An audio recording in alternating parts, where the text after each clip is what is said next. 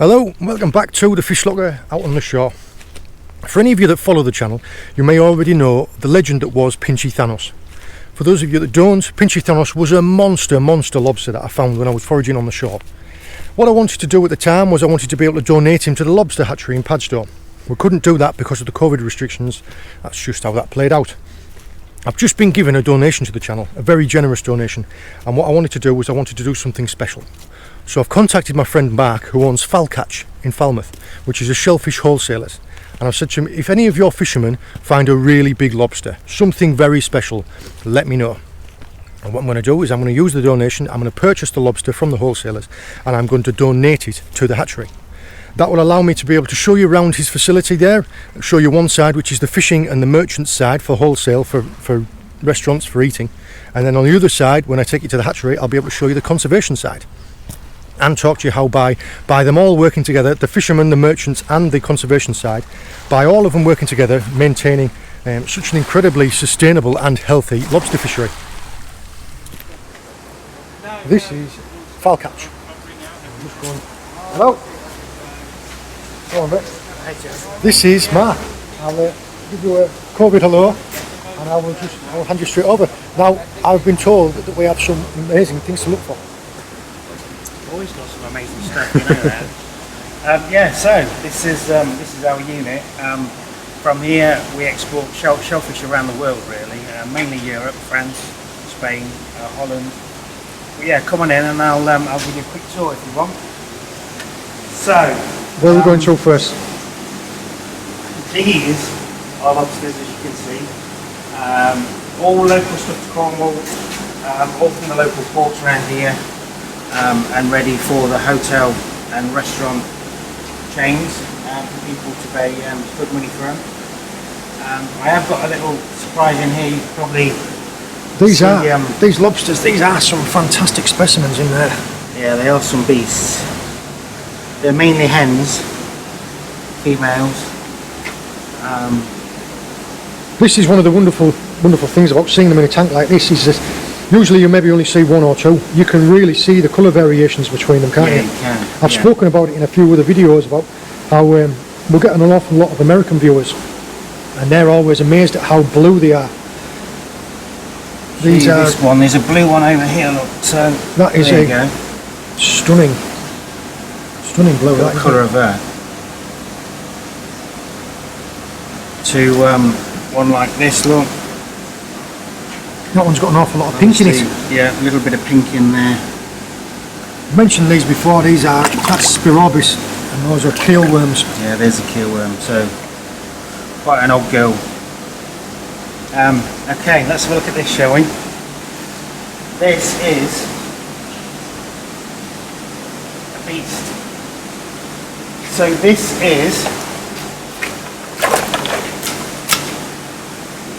So this is what's called a crawfish, otherwise known as a European spiny lobster. Again, from this area. Yeah, this is off the north coast of Cornwall, and we're getting a lot of these at the moment. Most people get these confused. So these are crawfish, not crayfish. Crayfish are fresh water.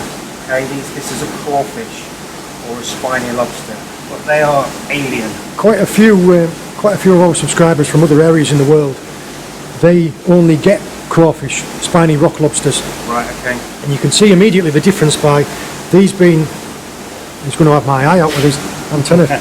These are the claws. You can see they're far less pronounced than a lobster's claws. Yeah, and a lot smaller. Well, you can't really mix them up. Not only that, but these fantastic antennas. I've seen some of these as well. There's some beautiful different coloured species of this. So there's like greens and blues. So we're seeing an awful lot more, which is fantastic news for the conservation effort, because they were hit really hard a few years ago, weren't they, with the netting? Yeah, I'm also very keen on that as well. I mean, I've had lobsters in here that have actually shed their shell, and that means that they're absolutely perfectly happy. We monitor the temperature, we monitor the salinity of the water. I'm quite keen as well, I put prawns in here to keep it clean. I put winkles in here to keep it clean. So it's all nice and the water's nice and pure, and they're quite happy in there. Very keen on it. Saying that, I can actually see one of your winkles there. Yeah. And there's one down there. Look, yeah, I've got prawns in here as well. I was just going to say that for people that have watched some of my videos before, you'll know that we're very hot on the local bylaws and conservation, because sustainability is the only really way forward. I've mentioned in other videos before, when people have asked me about fisheries agents measuring and checking catches, this is another point in the chain where people like Mark, who are proactive about conservation, do monitor the catch. So not only will there be fisheries officers that come and check fishermen's catches, but when the fishermen bring the catch to a merchant like Mark, he will check it also for things like your buried hens, your V-notches, your undersized, all of that type of thing. He will also check at this stage in the line. Okay, yeah. Okay, come on in, let's show you a little bit more.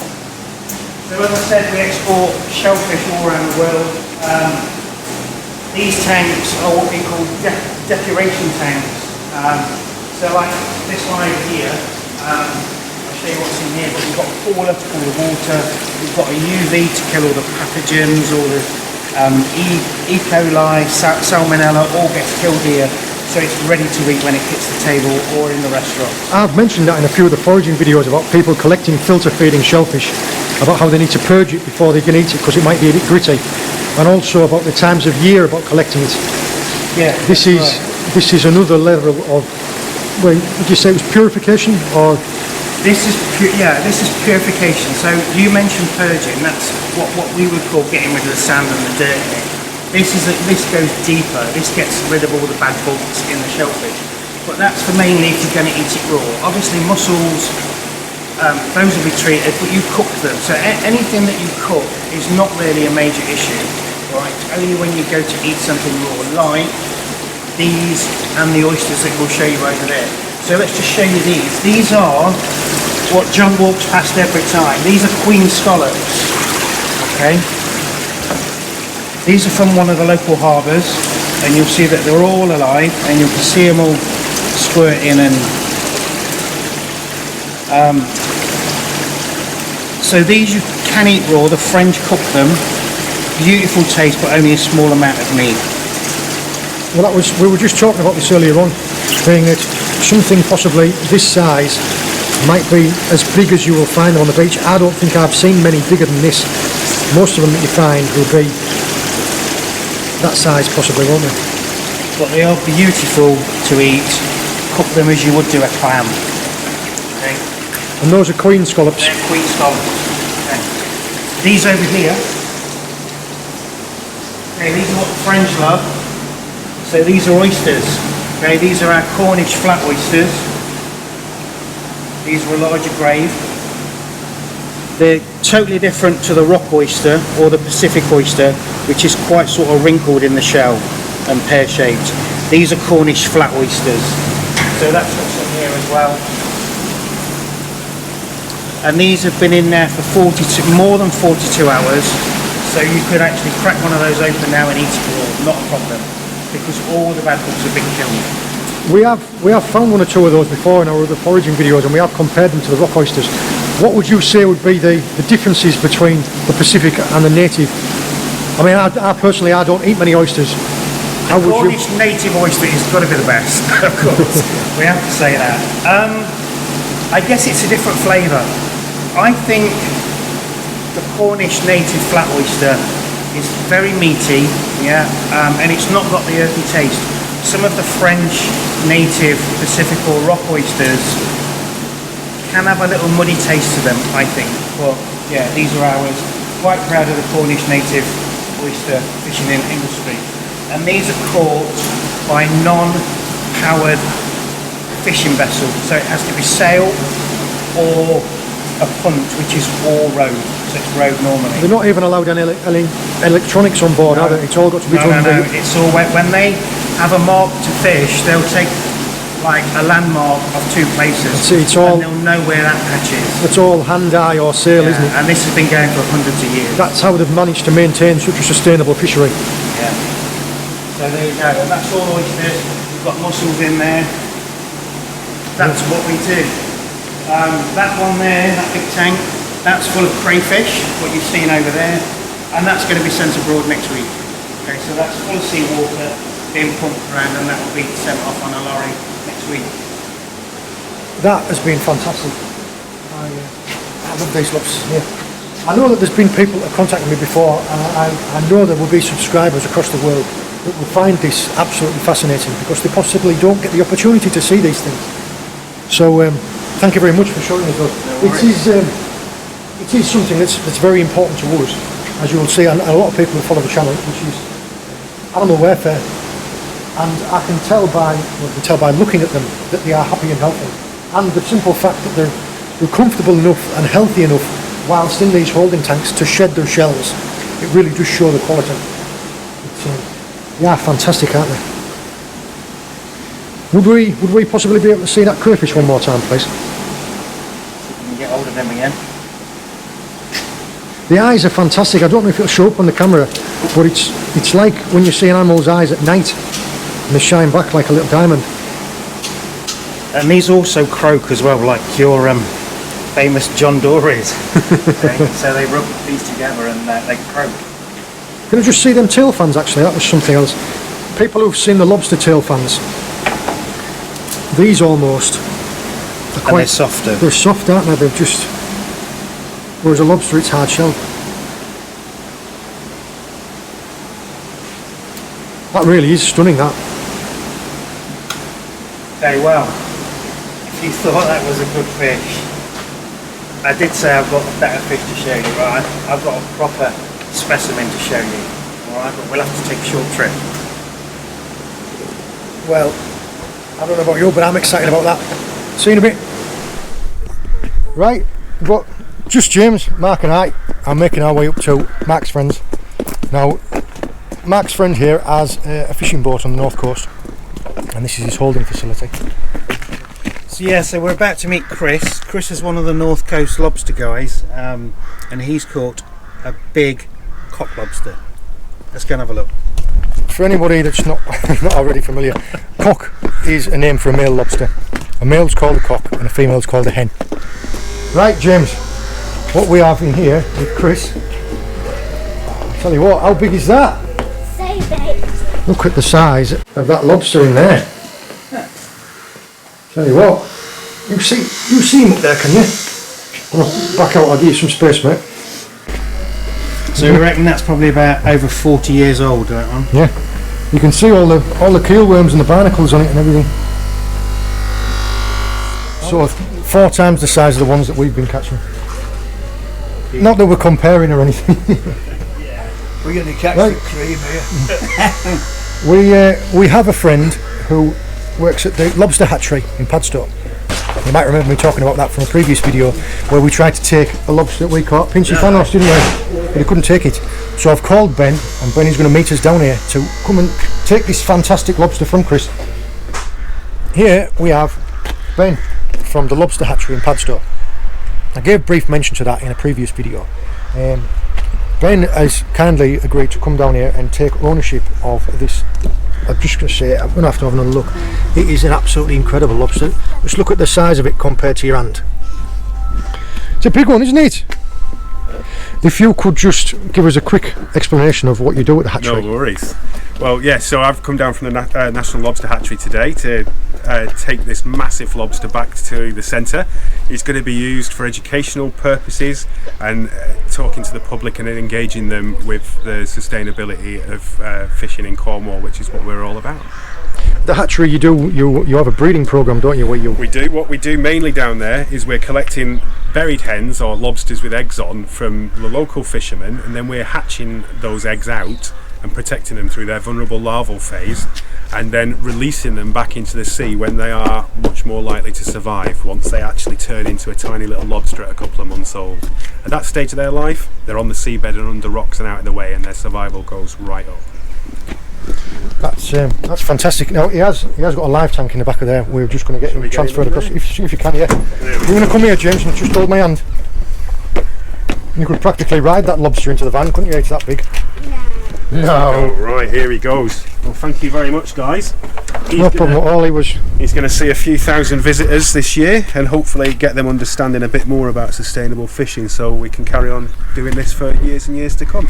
It's definitely better than ending up in a cook pot. Absolutely. Oh, he'll be spoiled rotten.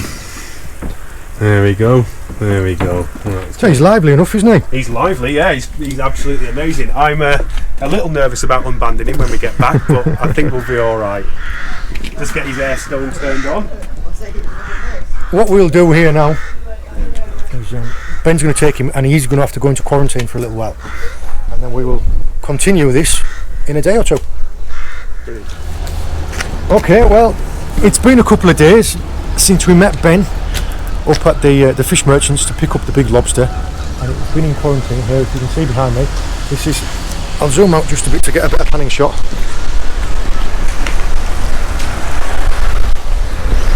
We've got a lovely balmy October day down at Padstow Lobster Hatchery. I'm going to meet up with Ben. We're going in there before it's all open, so he's going to be able to give us a little sneak behind the scenes and show us what goes on in the hatchery. Excited. What are we going to go and see? Let's see the baby lobsters. Yes! Right, James, what have we got in here? Giant lobster. There he is, No. living in his... I was just going to say, we're back here with Ben. We've had a couple of days in quarantine now, and as I was just going to say, Ben, if you can just take 2 seconds just to explain why you've been keeping him in quarantine like this, because... Absolutely. Well, as you said, we collected this guy off you not long ago. But before the animals go on display, it's always a sensible idea to keep them in a separate tank to make sure that they're good and healthy after having been caught and been kept in storage tanks, and that he's feeding well. That's the main thing. Because if they're not feeding well here, where we can access them, it's much more difficult to intervene when they're on display because those tanks are less accessible to us. So having been in here, we've got him feeding well, and he's now ready to go out on display for the public to see. One of the things that you will notice now is he has actually... He's lost a claw. He is down one claw. Yeah, which is pretty sad. You know, at first I was a bit gutted, but we know lobsters will grow back lost claws. So that'll be something interesting to see next time he sheds, that the new claw will be back. So we'll hopefully see that in the future. And that's one of the things that the quarantine procedure is all about. Because he's perhaps not eaten for quite some time, he's probably jettisoned the claw, as lobsters can do, to save energy. But now we've got him feeding again, he's doing really well. And like I say, he's ready to go on display, and I'm hoping in the next few months we'll see another claw appear on him. There are a couple of 3 reasons why they could shed claws, aren't there? It's a defence mechanism. Yeah, just like lizards would. Yeah. Like they would shed their tail, like a lizard would shed a tail. A lobster, if you grab a lobster by its claw, you won't feel anything. It'll just detach and swim off. So it's not harmed him too much losing that claw. No, it was his decision, you know, if you will. There's no reason for it to. He's not got stuck or anything. Yeah. So he's just thrown it off to try and preserve energy. But he's been being fed nice, oily, fresh mackerel, mussels and things like that. So he's doing quite well now. And to be fair, he's carrying around like 2 kilo less now, isn't he? So Yeah, absolutely. Doing laps around there, no bother. Yeah, but like I say, I can't wait to see that come back on a big lad like this. When you look at this lobster, with how much growth he's got on his shell, he probably hasn't shed for quite some time. So I would expect in the next few months we'll see this animal molt, which will be really exciting. Excellent. We'll get him transferred. And this is going to be Tony's home. As you can see in there, he's got a little mullet to keep him company. He's got a little velvet, and that is going to be where he's living. Oh, here he comes. Oh, look at how big he is. Oh my god. He's so tall. He looks massive, doesn't he? Oh my goodness. Look how big he is. Yes. He's going to eat that bullet. I don't know, he's going to have a look around, isn't he? Oh, he's spotted that mullet in the bottom of there. Will he eat it? If he can catch it, I suppose. Oh. Yeah, we've got a little velvet crab in there as well. That crab's like, do not. That mullet's thinking, I need to get out of here, sharpish. They're good for keeping the water clean, aren't they? Having a mullet in there. The mullet are great for going through the gravel on the bottom, which you'd have to stir up constantly otherwise. Oh my god. Here he is, look, having a little investigate. How cool is this, James? So tall. Yeah, pretty much. Have a look at these ones. Oh, and they baby mullet at the back there. See them? You see them? There's a sponge crab. That's what they call sponge crabs. Is it? Yes. Sponge crab. With the sea enemies. Dog white shells with And a star. Yeah. And sea star and what? Sea anemones. Okay. Oh, what's in this one? Dying. Look at that one, a white one. He's got a funny claw as well, isn't he? He's missing. It's in one of those funny, like, round tanks, so you can't quite see. God, that's incredible, isn't it? Look at him. Little blennies in there, boy. And spider traps. And what's in here, James? Spider traps. Oh, they're having a fight. Look, there's another trap. And a big edible crab right at the bottom at the back. Oh, look, and who's this? God, look at the size of that claw. What we'll do now, and as I've touched on in some of the other videos about different breeding cycles of the lobsters, being that they only breed when they're soft, or they start off as like a little plankton when they hatch out of the eggs. The 3 stages of the eggs, being like green, then black, then eye, then when they hatch, they drift around in the ocean, and then when they grow to a certain stage, then they drop down and live on the seabed. So as they are from here, the hatchery deals with it from every stage. And if we're lucky enough, what we're going to do in a moment is we're going to go through then and we're going to see them at the tiny stages, because there's still so much that we don't know about them. They're learning all the time of better ways to bring them on, but they are just fantastic. Ever so many different types of genetic pigment variation. I mean, there's an albino in there.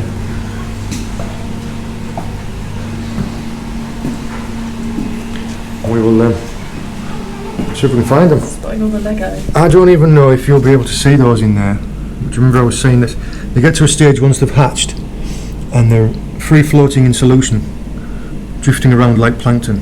Well, the tiny little pieces that you can see in here, there are 250 lobsters in here, and they're almost just like mosquitoes, aren't they? You wouldn't even register what it was. There's been times when I brought the pots up and we've had these on the deck, and I've been thinking they're either chameleon shrimps, but I think could be baby lobsters.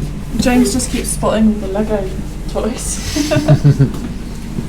Well, there's a lobster. There is a baby Lego lobster, isn't there? And a man. There's Ben there, sorting some out with his... If you can see the size of them in there, he's using a teaspoon as a sieve to get them out. What? How cool are they? Dad, what? Wow! Which he's naked. And here's a hairbrush and a dirty. Yeah, it is. It's a little Lego mermaid. And that. I think Ben is sorting us some out. But look at those little tiny chews that we've got in there for him to hide in. Mom, do you want to see? Mom, tell me. In this tank we have berry hens. These are pregnant lobsters that have an average of 20,000 eggs under their tail. Mom? There they are, look. Yes. We've found several buried hens before in the crab pots. I've shown you the eggs that they have underneath. What have we got in here, James? Look at the size of this little guy. Yeah, this little fella here is about 8 to 10 weeks old and is a prime candidate for release. He's about 2 centimetres long there, isn't he? Yeah. So, I mean, even at that tiny size, although they are still very small and vulnerable, the difference between that and when they're in the larval phase is that they're benthic and they live on the seabed, so they'll hide away from predators more than this guy. I don't think you can get that on the camera. Right. Let's have a see if we can see it. But yeah, so the little larvae are very vulnerable in the wild, and as you can see, you can't swim very well. And in the sea, they'd rely on the currents to move them around. Yeah, absolutely. I don't like, the public don't like, should I say, me calling them, but they are living fish food, these things. And that's the biggest problem. As few as 1 in 20,000 larvae will survive the first month in the wild.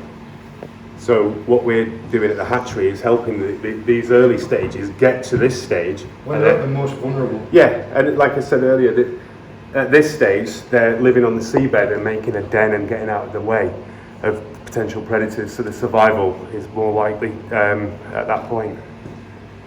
You're incredible. Look at the bearing of size, mate. I know. So you can see this little guy here. This is a 2-year-old animal that was been on grown in St Austell Bay in our lobster grow project. So this little guy spent a couple of years at sea. Just 1 second there. Yeah. He's got 2 cutters. is starting to develop a crusher slowly. I was just going to say there, so when they start off, when they're young, Yeah. they just have 2 cutters. And especially when they're much smaller. Now, we don't know why that is. Some people have suggested it's because they're in a hatchery at first. Because they were in a hatchery, they've been fed soft foods. But these guys have been in St Austell Bay feeding on encrusting bivalves and things like that for the last couple of years. But what I suspect is that below a certain size, they haven't got the musculature to crush anything. So until they get to a certain size, we don't tend to see the crush. I have seen adults with 2 cutters. Have you? But it's only very rare. I mean, it's 1 in 1,000 possibly. Let's have a see if we can find another one. Because There's a couple in here. the one there with the keel worms at the back, he has definitely got a crusher and a cutter. Yeah. Whereas this one here at the front, he looks like he has just got 2 cutters. So you can see the difference on this one. He's starting to Stand back a develop Oh, his definitely. crusher claw, definitely. But that wasn't the case a few months ago. If you look, You can see the difference between the crusher and the cutter. So this is the one that will develop into being the massive strong claw to crush all its prey, and that's its knife to cut everything up. and how old do you reckon they are? Well, we know we know their birthdays. So in the Lobster Grove project, these are all known age animals. Yeah. So for further study, that's really important because no one can really find a lobster and know really how old it is. This is one of the we're things. guessing it. A So lot of this is- people have asked me in the videos, how old do you think it is? And I Well, said, this is part of the this is finding out that. So these are going to be used by universities to try and establish the actual age and growth size of lobsters, so we know a little more about them. you will be able to at some point. You'll be able to put like a length by growth chart to give you a rough estimate, Yeah, won't you? and based on water temperature. Fantastic. Yeah, so that'll give. It's just that more data to keeping. If you're doing restocking work, you've got to start putting the evidence together that it's actually working. So that's what we're excited about. And the other thing that's exciting is, like I said, these are known age animals. But throughout the last 8 years of us doing our release program, we've been taking egg and tissue samples of every female lobster that's come through here. And now genetic sampling So you prices can have track- come right down. Yeah. We can start processing them. So hopefully in another year or so we'll have definitive proof that these lobsters that are coming from here are out there and helping the fishery. That would be fantastic to be able to track migratory routes and see if you're. All sorts of stuff like that, and that's the other thing. It's just so unique to have animals like this that are of an absolute known age. So I'll just pop him back in the water. There was. Yeah, you can see. So this is his registration number. So I don't know off the top of my head who and when that was born, but these track back to the day the larvae hatched. So we know exactly who they all are. That's incredible. Because we had 10,000 of them on St Austell Bay. That's incredible. So we've taken what we need to do our work, and the rest of them have been released around Cornwall, all over the I place. was just looking at this little guy in here. He's almost like a royal blue. Yeah, he's a pretty colour, that one. There we go. I'll bring him up a bit. You can see the colour on him is amazing. This here, next to just James, is a life-size representation of the largest lobster found in Cornwall, and it was found in Foy Harbour Wall. Look how big it is. It's a monster. Up you get. Yeah, we were just saying it was apparently living in the harbour wall, and when they took the harbour wall apart to rebuild it, they found it living inside. But look at the size of it, just compared to you. Massive, isn't it, James? We're going to finish off now here at the hatchery. James is being given a certificate to show that he is adopting a lobster. James Clocker, the baby lobster. And when we get home, we'll be able to track him on the computer. And there's Tony, the mobster lobster. He's taken up residence in his cave. We were just discussing there, look, he's already started redecorating. He's moving all the shell around how he likes it, making his house a home. Where's the velvet gone? He's long. Yeah, I think the velvet's been relegated to the back, but his little munnet's just sat out the way. We could, Ben and I could have talked for hours about all of this. It's been absolutely amazing. It's been fascinating. I've learned some incredible things, and it's opened up actually an awful lot of questions that I'm still going to be asking. But this is one of the fantastic things about, like, the hatchery. As we've said before, it's It's the information that it brings, it's the knowledge that it gains, it opens up questions, but it also gives you fantastic answers. I'm looking forward to, in the future, when we come for another walk around the Padstow area, is we will drop back into the hatchery and we'll come and see Ben and we'll talk more about it. I'll say thank you very much. Nice one, and thank you. Yeah, what do you say? Well, Bye from the freshwater. I hope you enjoyed joining us. I hope you found it interesting. I found it absolutely fascinating. Talking to Ben about some of the things what they've discovered and what they're working towards up at that hatchery is just incredible. I can't wait to go back there and have a chat to him again. And then on the other side of it, talking to Mark down at the wholesalers. Two things which you would consider almost to be like opposing entities, wouldn't you? You've got the conservation side and then you've got the wholesale side. Amazing to see how working together, the fishermen, the merchants, the marine biologists and even the volunteers up there at the hatchery, all working together for a common goal, which is just a healthy, sustainable fishery. It just shows you what's possible, doesn't it? I think it's incredible. Yeah, I hope you found it interesting. What I'm going to do is I will put a little bit of information here at the end, and also I will tag it into the description. A little bit of information about fowl catch, so you can go and have a look, because they've got a website, and the hatchery as well. Yeah, let you go and have a look at them. And also what I will do is at some point in time in the future we will go back to the hatchery and we'll go and see Tony the lobster, see when he's grown his claw back. Yeah, all the best. I hope you've enjoyed this and see you later.